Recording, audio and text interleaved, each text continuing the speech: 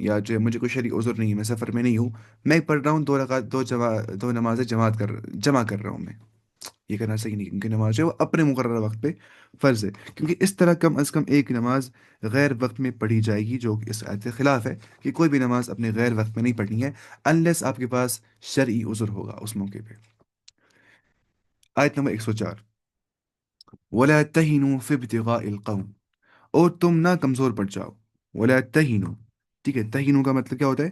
تم نہ کمزور پڑ جاؤ، فِي ابْتِغَاءِ الْقَوْم، قوم کی تلاش کے اندر، لوگوں کی تلاش کے اندر، ان تکونوا تعلمون، اگر تم سفر کر رہے ہو، تمہیں علم پہنچ رہا ہے نا، عذاب علیم بولتے ہیں نا، الف لام یا اور میم، علیم وہ اس سے بن گیا، دیکھیں روٹ ورڈ اس کا کیا ہے، علم، علیم یا علم، ٹھیک ہے، مطلب سفرنگ، ٹھیک ہے، عذاب، تکلیف، پین، ان تکونوا تعلمون، اگر یہ تعلمون، یہ دیکھیں فرق کتنا ہے، اگر ہم پڑھیں گے تعلمون عین سے تو مطلب کیا ہو گیا، تم جانتے ہو یا جانو گے، ہے نا، یہ کیا ہے، تعلمون، تعلمون، اب کتنی امپورٹنٹ تجوید پڑھنی ہے، عین اور الف میں کتنا فرق کرنا ہے ضروری، ان تکونوا تعلمون، اگر تمہیں سفر ہوتا ہے، تم سفرنگ کا شکار ہوتے ہو، فإنہم یعلمون، وہ بھی تمہاری طرح سفر کرتے ہیں، سیم کفار اس جنگ کی حالت کے اندر، کما تعلمون، جیسے تم سفر کرتے ہو، یعنی کہ تم خالی اکیلے نہیں سفر میں ہو، وہ بھی سفر کرتے ہیں، وترجون من اللہ، اب ڈفرینس کیا ہے، جب وار ہو جاتا ہے مسلمانوں کا کے درمیان میں، سب سفر کر رہے ہوتے ہیں،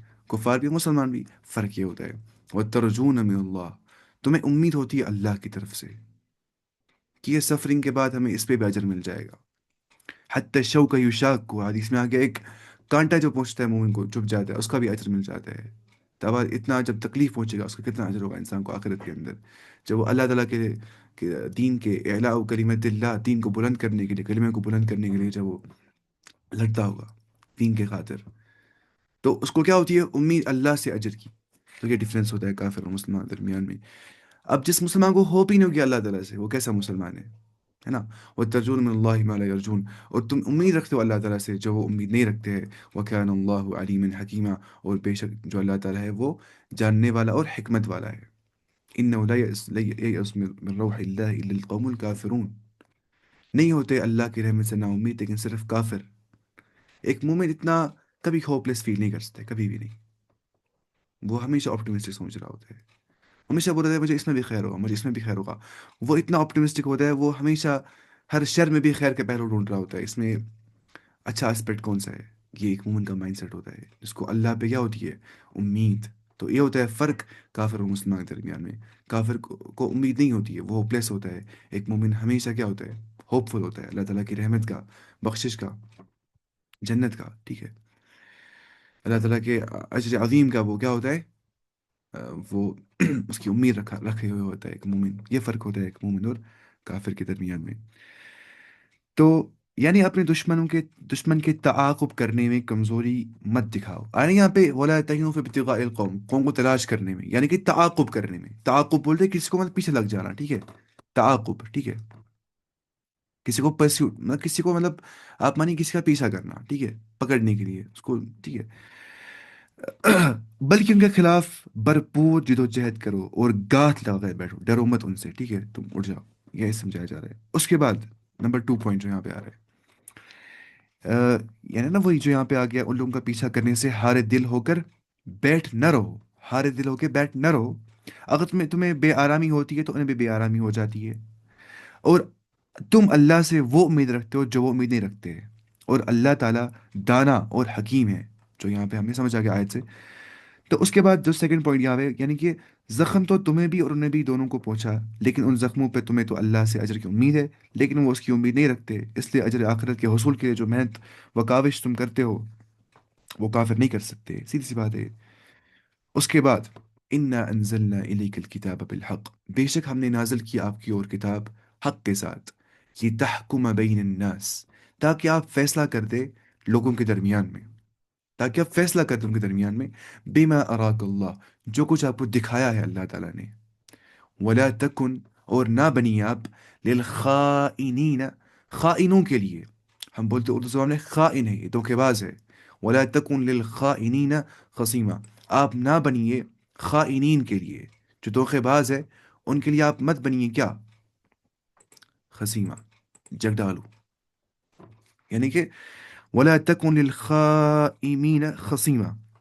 خائمین کو اس نے یہاں پہ لکھا ہے، اس نے لکھا ہی نہیں یہاں پہ اس میں، دیکھوں ادھر سے کیا لکھا ہے اس نے. اور خیانت کرنے والوں کے حمایتی نہ بنو. خصیمہ ہو گیا حمایتی. میں میں بولوں گا جو پیٹر لکھا ہے اس نے یہاں پہ. میں بتاؤں گا ویسے کہ مجھے کشمیر نہیں کرنا چاہیے. بتاؤں گا میں اس کے بدلے میں آ رہا ہوں سامنے، میں اس کے بدلے میں سامنے آ رہا ہوں، ٹھیک ہے. یا حمایتی بن رہا ہوں، مددگار بن رہا ہوں، اسسٹنٹ میں اس کی کر رہا ہوں فار ایگزامپل. میں اس کا اسسٹنٹ ہوں فار ایگزامپل. اس کو بولتے ہیں خصیم، یعنی کہ میں تمہارے پر لڑوں گا تمہیں بچانے کے لیے. اس کو بولتے ہیں اصلی میں خصیم، ٹھیک ہے. کیونکہ قرآن میں جو خصیم و مبینہ لفظ ہے نا انسان کے لیے، یعنی کہ سخت جھگڑال ہوئے انسان. یہ بولتا ہے کہ کیسے اللہ تعالیٰ زندہ کر دے گا. پھر جو سورہ یاسین میں آ گیا کہ وہ بولتا ہے کیسے میں زندہ کر دیا جاؤں گا جب میں بوسیدہ ہو جاؤں گا. اللہ تعالیٰ بولتا ہے کیا، جس نے تمہیں پہلی بار زندہ کر دیا وہی تمہیں دوسری بار زندہ کرے، وہی ان ہڈیوں کو زندہ کرے گا.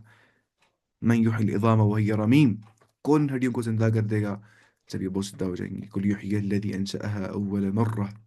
آپ کہہ دیجیے ان ہڈیوں کو وہ زندہ کر دے گا جس نے پہلی مرتبہ ان کو پیدا کر دیا، ان کو ان کی نشو و نما، ان کی گروتھ کر دی. سوچا نا کہ جب ہوتا ہے for example fusion between sperm and Om, پھر آتے ہیں مختلف اسٹیج، زائگوٹ بن جاتے ہیں، فرٹیلائزیشن ہو جاتی ہے، 2 cell stage, 4 cell stage, 16 cell stage, blastulation, morulation, gastrulation ہو جاتی ہے، انسان پورا بن جاتا ہے. یہ کہاں سے نکلتا ہے، یہ ہڈیاں وڈیاں پھر سب کچھ. جب انسان پڑھا نا ڈیولپمنٹل بایولوجی تو ادھر پہ انسان کو سمجھ آتا ہے یہ کیسے ہو گیا یہ سب کچھ. اتنا خطرناک میکینزم کیسے خود بخود بن سکتا ہے. تو جب ایک جس انسان کو اللہ تعالیٰ نے نشو نما کر دیا اور ایک انسانی ڈھانچے کے، انسانی حیلے کے اندر انسان کو بنا دیا گیا، تو اس ذات کے لیے کیا مسئلہ یہ دوبارہ زندہ کرنا اسی انسان کو، ہے نا. کیا مسئلہ اس کے جس نے ہمیں پہلی بار زندہ کر دیا، اتنا بڑا کر دیا کہ ہم سوچ پا رہے ہیں. ہمارے اندر سینسری پرسیپشن ہے، ہمارے اندر تھنکنگ ہے، کانشیسنیس ہے، ریشنالٹی ہے. ہمارا جسم ہے اتنا کمپلیکس ہے، ہمارا ہارٹ ہے، ہمارے آرگن سسٹم ہے. تو جس نے ہمیں اتنا کمپلیکس بنا دیا ہے، کیا وہ ہمیں واپس نہیں مطلب ریزوریٹ کر سکتے ہیں، زندہ کر سکتے ہیں. سیدھی سی بات ہے، جس نے ہمیں پہلی بار پیدا کر دیا، دوسری بار پیدا کرنا انسانی کی عقل کے اعتبار سے زیادہ زیادہ آسان ہوگا. مانیے جب میں نے پہلی بار قرآن پڑھایا ہوگا تب مجھے پڑھانا نہیں آتا تھا پہلے پہلے. جب میں نے پڑھا تھا اپنے محلے میں آتا تھا پڑھانا، اچھے سے نہیں آتا تھا پڑھانا. تو جب میں نے پڑھایا پڑھایا بہت زیادہ، پھر انسان سیکھ جاتا ہی ہے. تو دوسری بار کیا ہوتی ہے، کام آسان ہے کہ نہیں. پہلی بار بولیں گے کسی انسان کو کوئی کام کرنے کے لیے، وہ کیا بولے گا، میں ڈر رہا ہوں، مجھے نہیں کرنا ہے. دوسری بار وہ اچھے سے کر پا رہا ہے، اس کو پتا ہوتی ہے میں نے کیسے کام کیا. تو یہ اللہ تعالیٰ قرآن میں ہمیں بولتا ہے وہ ہوا اہون علیہ، وہ اس کے لیے زیادہ آسان ہے. دیکھیے اللہ تعالیٰ کے لیے کوئی چیز آسان مشکل نہیں ہے، سب چیزیں آسان ہی ہیں اللہ تعالیٰ کے لیے، کیونکہ وہ اومنی پوٹنٹ ہے، وہ کچھ بھی کر سکتا ہے.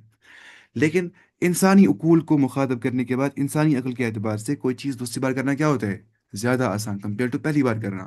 تو جس رب نے ہمیں پہلی بار کانشیسنیس دی ہے، شعور دیا ہے، اس کو وہ ذات ہمیں دوسری بار شعور دینے میں زیادہ آسان ہے اس کے لیے ہماری عقل کے اعتبار سے. تو سیدھی سی بات ہے. اب میں کہاں پوچھا، وہاں بھی لفظ آیا خصیم مبینہ، انسان بن جاتا ہے سخت جھگڑا، جھگڑا کر رہا ہوتا ہے، اللہ کے بارے میں جھگڑا کر رہا ہوتا ہے. مطلب اونیس یہ خلق ہو، اپنی خلقت کو بھول جاتا ہے، جیسے ہو جاتا ہے ملحدوں کو، ایتھیسٹ کو. وہ اپنی کریشن ہی بھول جاتے ہیں، سب سے کور کوشچننگ وہ کرتے ہی نہیں میں کہاں سے آ گیا. سب سے کور مطلب میری کانشیسنس کہاں سے آ گئی، کتنا کور کوشچن ہے. مطلب اپنی کریشن کو وہ بول رہا ہے اور وہ سوال کر رہا ہے کیا، میں کہاں سے گیا، وہ کیا ہو گیا کیا. یہ سوچتا ہے انسان کو. اس کے بعد وَاسْتَغْفِرِ اللَّهِ، تم بخشش طلب کرو اللہ تعالیٰ سے، تم معافی مانگو اللہ تعالیٰ سے. ان اللہ کان غفور الرحیم، بے شک جو اللہ تعالیٰ ہے وہ بہت زیادہ بخشنے والا اور بہت زیادہ رحم کرنے والا ہے. ولا تجادل، اچھا ہم نے یہ پڑھا ہی نہیں اچھے سے پہلے تفسیر میں اس کو.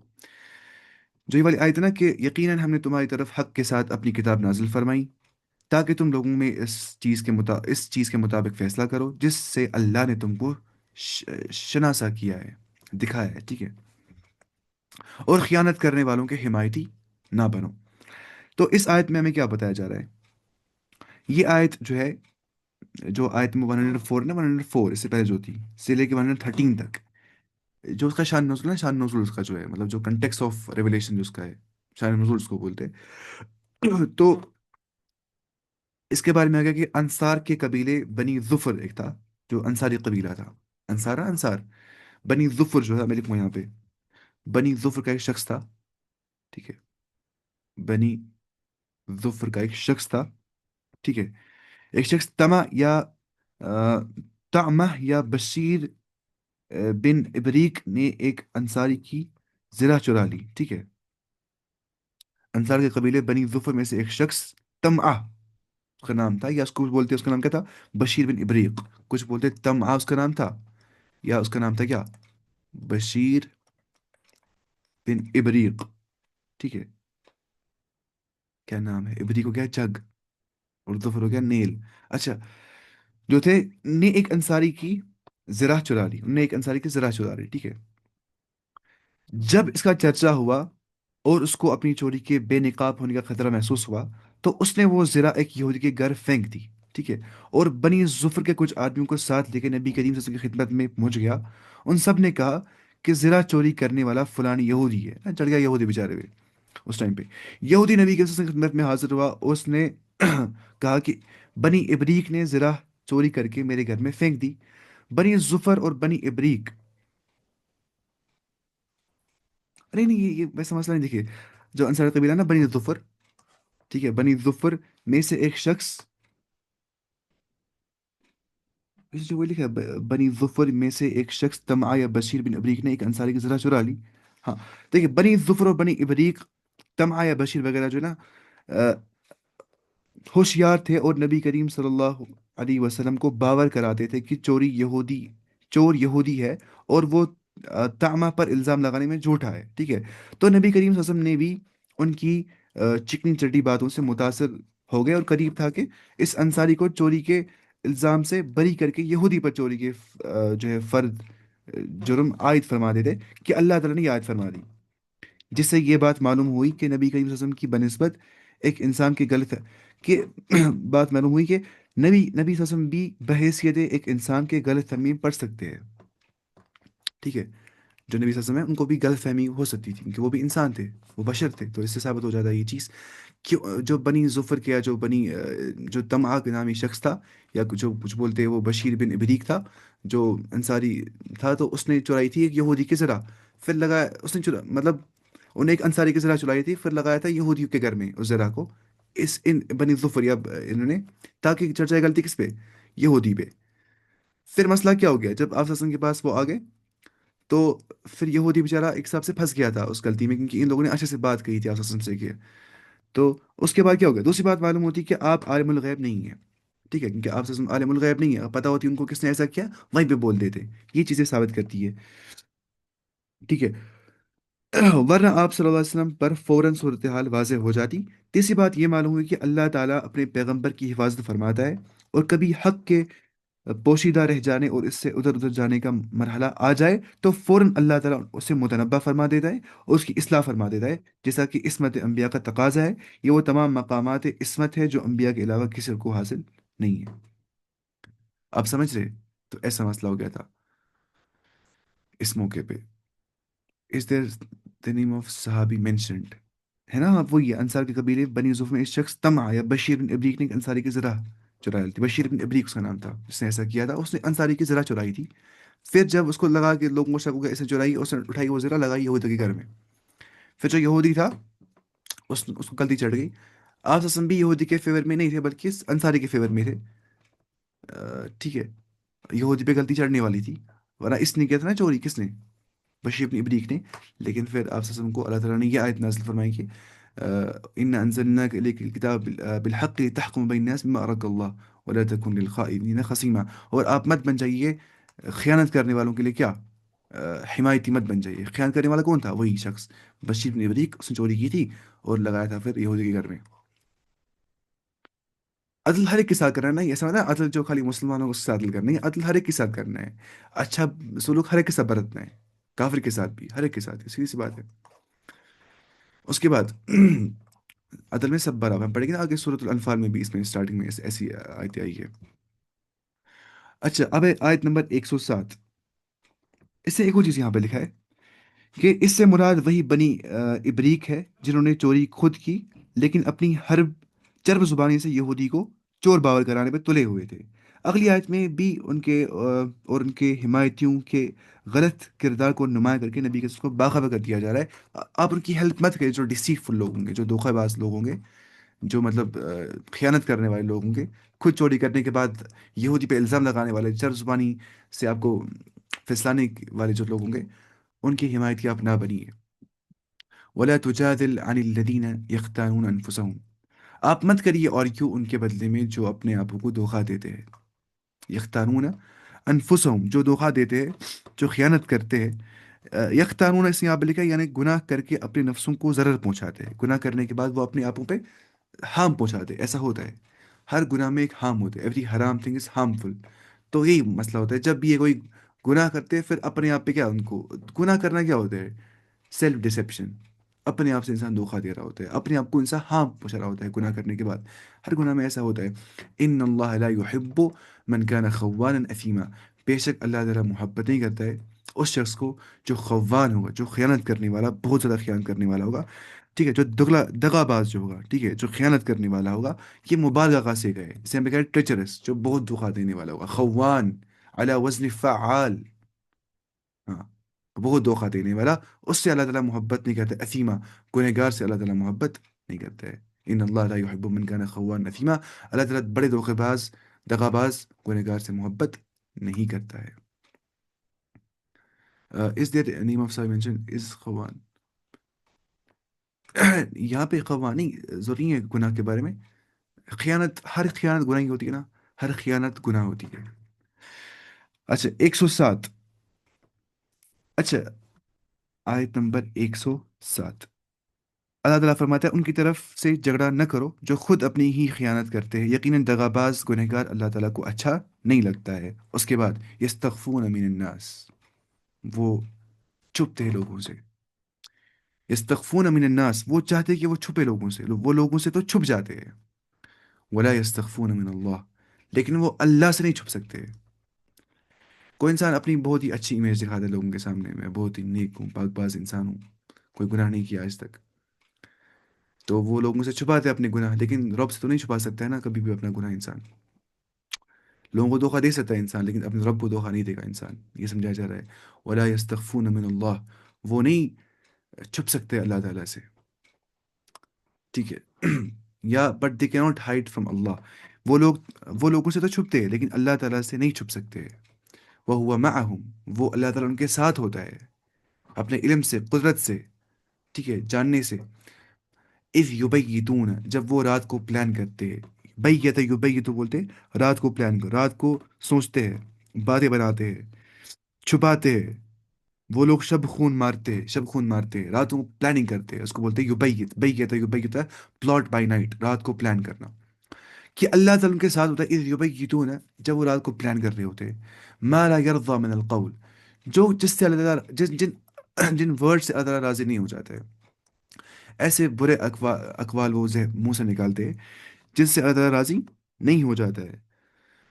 وَكَانَ اللَّهُ بِمَا يَعْمَلُونَ مُحِيطًا، اور جو کچھ وہ عمل کرتے ہیں، جو اللہ تعالیٰ ان کے جو کچھ وہ عمل کرتے ہیں، اس کو اللہ تعالیٰ نے احاطہ کر رکھا ہے، اس کو اللہ تعالیٰ نے انکمپاس کر کے رکھا ہے. احاطہ کس کو بولتے ہیں؟ فار ایگزامپل میرے ہاتھ میں یہ، میں اس کو ایسے کر رہا ہوں، اس کو بولتے ہیں احاطہ کرنا. تو ایسے اللہ تعالیٰ نے اپنے علم سے کو احاطہ کیا، انکمپاس کر دیا ان کو اپنے نالج سے. اللہ تعالیٰ نے ان کفار کو، وہ نہیں چھپ سکتے اللہ تعالیٰ سے. یعنی کہ وہ راتوں کے وقت جب اللہ تعالیٰ کی ناپسندیدہ باتوں کے خفیہ مشورے کرتے ہیں، اور اس وقت بھی اللہ ان کے پاس ہوتا ہے، ان کے تمام اعمال کو وہ گھیرے ہوئے ہے. اس کے بعد ہا انتم ہؤلاء جادلتم. پہلے اوپر ایک وہ چیز آ گئی یہاں پہ دیکھیے، جو ہے نا وہاں پہ وستغفر اللہ ان اللہ کان غفور الرحیم، میں نے پڑھا ہی نہیں اچھے سے. یہاں پہ تو آپ مانگے استغفار اللہ تعالیٰ سے ان کے لیے، اللہ تعالیٰ جو ہے وہ بہت بخشنے والا، رحم کرنے والا ہے. اس یہاں پہ لکھا ہے اس کے بغیر، یعنی کہ بغیر تحقیق کیے آپ صلی اللہ علیہ وسلم نے جو آپ صلی اللہ علیہ وسلم نے جو خیانت کرنے والوں کی حمایت کی، بغیر تحقیق، وداؤٹ انویسٹیگیشن نے حمایت کر دی ان کی، ہے نا، ان کی چار زبانی دیکھ کے. اس پر اللہ تعالیٰ سے مغفرت طلب کری، آپ معافی مانگے اللہ تعالیٰ سے. غلطیاں ہر ایک انسان کو ہو سکتی ہے، ہم سب کچھ نہیں جانتے، ہمیں دھوکہ لگ سکتا ہے انسانوں کو. اچھا، اس سے معلوم ہوا کہ فریقین میں جب تک کسی کی بابت پورا یقین نہ ہو کہ وہ حق پر ہے، اس کی حمایت اور وکالت کرنا جائز نہیں ہے. ہے نا، انسان کوئی باعث بن جاتا ہے، انسان بولتا ہے رشتہ دار مجھے آپ رہیں گے، اس کو بچا لیں گے، اچھا ہی ہوگا. یا کبھی کوئی کیس ہوتا ہے نا، جو ماں باپ ہوتے ہیں بولتے ہیں ہمارا بچہ غلطی نہیں کر سکتا ہے، تمہارے بچے نے غلطی کی ہوگی، ایسے وہ بولتے ہیں. ایسا ہو جاتا ہے عام طور پہ نا، جب رشتہ ٹوٹ جاتا ہے نا، پھر یہ والی فیملی بولتی تمہارے بچے نے توڑ دی، یہ والی فیملی تمہارے بچے نے یہ کر دیا. وہ انویسٹیگیٹ نہیں کرتے اچھے سے سب کچھ کیا ہے نا، وہ باعث بن جاتے ہیں اس چیز میں. ویسا نہیں بننا ہے انسان کو باعث.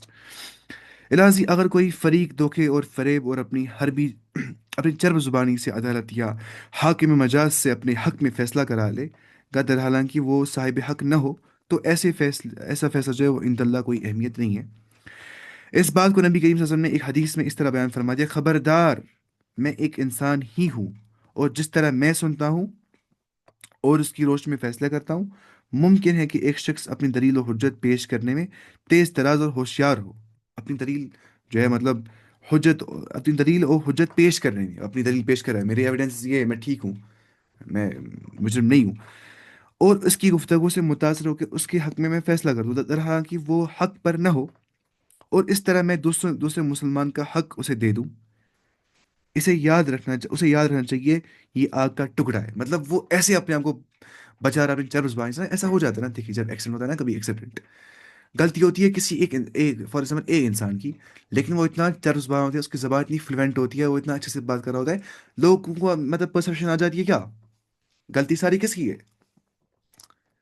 اس کی، جس سے غلطی ہوتی نہیں ہے، کیونکہ وہ بڑے بڑے بات کر رہا ہوتا ہے، لیکن اس کو آدھا کا پڑے گا آخرت کے اندر۔ دنیا میں تو بچا ہے وہ لوگوں سے، یہ آیت وہاں فٹ کر سکتے ہیں، یستغفون من الناس ولا، وہ چاہتا ہے لوگوں سے چھپنا، لیکن اللہ سے نہیں چھپ سکتا، اگر پتہ ہے اس نے کیا کر دیا۔ ٹھیک ہے، اس کی مرضی ہے کہ مطلب یاد ہے کہ اس کا آگ کا ٹکڑا اس کو مل جاتا ہے، ٹھیک ہے، کہ یہ آگ کا ٹکڑا ہے کیا، جو نا وہ اس کا حق چراتا ہے، وہ آگ کا ٹکڑا ہے، یہ اس کی مرضی ہے کہ اسے لے لے یا چھوڑ دے۔ اب اپنی مرضی ہے، دیکھیں اب آپ فری ول کا مسئلہ آ گیا۔ اپنی مرضی ہے، تمہیں اگر دھوکا دینا ہے لوگوں کا حق کھانا ہے تو کھاؤ، وہ تمہیں جہنم کیا آگے، کھانا ہے تو کھاؤ، یا تو رب سے ڈر جاؤ۔ یہ صحیح بخاری میں آ گیا، کتاب الشہادہ کے اندر آ گیا، والحیل والاحکام کے اندر آ گیا، ہے نا، ہیل بہا نہیں کرنا اس کے بارے میں۔ اس کے بارے میں الگ باب ہے امام بخاری نے جو کتاب میں لکھا ہے، کیا کتاب الشہادہ جس میں ہے، صحیح بخاری میں۔ تو یہ ہم نے پڑھ لیا نا، یہ والی آیت۔ اچھا، اس کے بعد ہم یہاں پہ تھے، ہا انتم ہا اولائی، آیت نمبر 109 پہ ہم تھے۔ ہا انتم ہا اولائی جادلتم عنہم، ہاں یہ تو ہے کہ تم لوگ کی دنیا میں تم ان کی حمایت کی۔ ہاں انتم ہاؤلائی جادلتم عنہم، تم نے ان کے بدلے میں آرگیو کر دیا، ان کی حمایت کر دی، ان کے بدلے آرگومنٹیشن کی، ان کو بچا لیا۔ پھر حیات دنیائی زندگی کے اندر، اگرچہ وہ صحیح نہیں تھے، حق پہ نہیں تھے، فمن یجادل اللہ، کون کرے گا آرگیو اللہ تعالیٰ سے؟ کون اتنی جسارت، اتنی ہمت رکھتا ہے کہ وہ آرگیو اللہ سے کرے گا، عنہم، ان کے متعلق، یوم القیامہ، قیامت کے دن، ام من یکون علیم وکیلا، یا کون بن جائے گا ان کا وکیل، ان کا ڈیفینڈر، کون بن جائے گا ان کا کارساز، مددگار، نگہبان، ڈیفینڈر، وکیل کون بن جائے گا اللہ کے سامنے قیامت کے دن؟ یعنی کہ ہاں، تو یہ ہو، تم لوگ کی دنیا میں تم نے ان کی حمایت کی، لیکن اللہ کے سامنے قیامت کے دن ان کی حمایت کون کرے گا؟ اور کون ہے جو ان کا وکیل بن کر کھڑا ہو سکے گا؟ یعنی جب اس گناہ کی وجہ سے اس کا مواخذہ ہوگا، تو ان کو اللہ کی گرفت سے کون بچا سکتا ہے؟ جو حمایت تھی بن گئی اس انسان کے لیے جس کی غلطی تھی۔ اس کے بعد وَمَن يَعْمَلْ سُوءًا، جس نے برا عمل کر دیا، او یظلم نفسه، اس کے بعد ظلم کر دیا اپنے نفس کے اوپر، چلو غلطی ہو جاتی ہے ہر انسان سے، ظلم کر دیا اپنے نفس کے اوپر، ثم يستغفر اللہ، لیکن اس کے بعد اس نے سیکھ کیا forgiveness، اس نے چاہا کہ میں استغفار کروں، میں اللہ سے معافی طلب کروں، یجد اللہ غفور الرحیم، وہ پائے گا اللہ تعالیٰ کو بہت زیادہ بخشنے والا اور بہت زیادہ رحم کرنے والا۔ اس کے بعد ٹھیک ہے، اس مضمون کی ایک اچھا، اس کے بعد وَمَن يَكْسِبْ إِثْمًا، جس نے گناہ کمایا، فَإِنَّمَا يَكْسِبُهُ عَلَى نَفْسِهِ، اس نے کمایا ہے اپنے سو کے خلاف، اس نے اپنے اگینسٹ ہز سول اس نے کمایا۔ وَمَن يَكْسِبْ إِثْمًا فَإِنَّمَا يَكْسِبُهُ عَلَى نَفْسِهِ، اور جو گناہ کرتا ہے اس کا بوجھ اسی پر ہوتا ہے۔ اگر میں نے گناہ کیا، میرا بوجھ مجھ پر ہوگا، ہے کہ نہیں؟